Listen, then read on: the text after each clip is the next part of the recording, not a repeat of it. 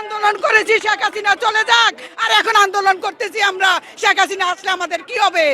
আরে সমন্বয়করা এদের চামড়া থাকবো না, আমাদের বরাদ্দ টাকা নিয়ে ওরা রাজনীতি করবো, এটা আমরা মান্য নেব নয় না।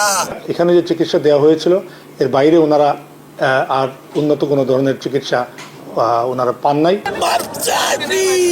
ভুল হয়ে গেছে বাবা, আমাদের ভুল হয়ে গেছে, মাফ করে দাও। আরে সমন্বয়করা এদের চামড়া থাকবো না, আমরা এদেরকে গাড় দিছি, এই জন্য আজকে ওরা সমন্বয়ক।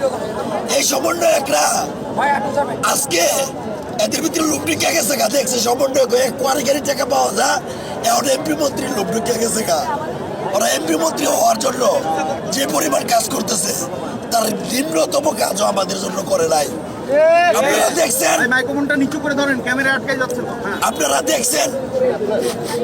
আপনারা দেখছেন যে তারা রাজনৈতিক দল গঠন করে এমপি মন্ত্রী হওয়ার জন্য যে পরিমাণ পরিশ্রম করতেছে, অথচ আমাদের আত্মত্যাগের বিনিময়ে তারা আজকে সমন্বয়ক, আমাদের আত্মত্যাগের বিনিময়ে তারা আজকে উপদেষ্টা। তারা দেখছে সমন্বয় করার পরে কারিগরি টেয়া পাওয়া যায়, ওর মনের মধ্যে লোভ জন্মাইছে যে আমরা সামনে এমপি মন্ত্রী হবো, আমরা কারিগরি টাকা হবো। আর এই আন্দোলনের আগেও তো এই সমন্বয়করা 5 জনের চা খাইলে 1 জনের পকেটে দিতে পারে নাই, এখন এত বড় বড় দামি গাড়ি চরে কৈতিকা, এরা কোন আল্লাহর দুনির প্রদীপ পাইছে। এরা যে এই যে বাংলা মোটরের মতো জায়গায় এত বড় ভবনে এত সুন্দর জায়গায় অফিস করছে কয়েকটা, এই টাকা কই পা কোথেকে আসলো? আমাদের বরাদ্দ টাকা নিয়ে ওরা রাজনীতি করবো, এটা আমরা মান্য নেব নয় না। ফাঁসি দেব রাষ্ট্রের জন্য, বুলেটের সামনে বুক চেতায় দাঁড়াইছি, আবারও এই বৈষম্যের বিরুদ্ধে আমরা আবার বুক চেতায় রাজপথে আইছি, হয় গুলি করো নাহলে আমাদের স্বীকৃতি দাও।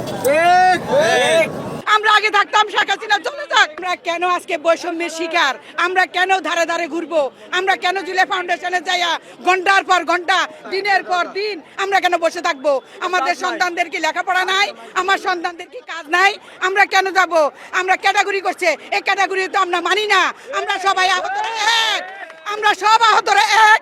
আমরা আজকে কালকে দেখলাম শহীদ পরিবারের রাস্তায়, জি ধিক্কার জানাই আমি এই সরকারকে, যারা আমাদের রক্তের বিনিময়ে আমাদের সন্তানদের রক্তের উপর এই সরকার দাঁড়িয়ে আজ এই নিহত পরিবাররা রাস্তায়, আহত পরিবাররা রাস্তায়। কেন আমরা রাস্তায় থাকবো? আমরা চাই না, আমরা চাই না এই বৈষম্যের শিকার। কেন আমরা এই বৈষম্যের শিকার হব? আমরা চাই শেখ হাসিনার বিচার হোক। আমরা আগে থাকতাম শেখ হাসিনা চলে যাক, আমরা আন্দোলন করেছি শেখ হাসিনা চলে যাক, আর এখন আন্দোলন করতেছি আমরা শেখ হাসিনা আসলে আমাদের কি হবে।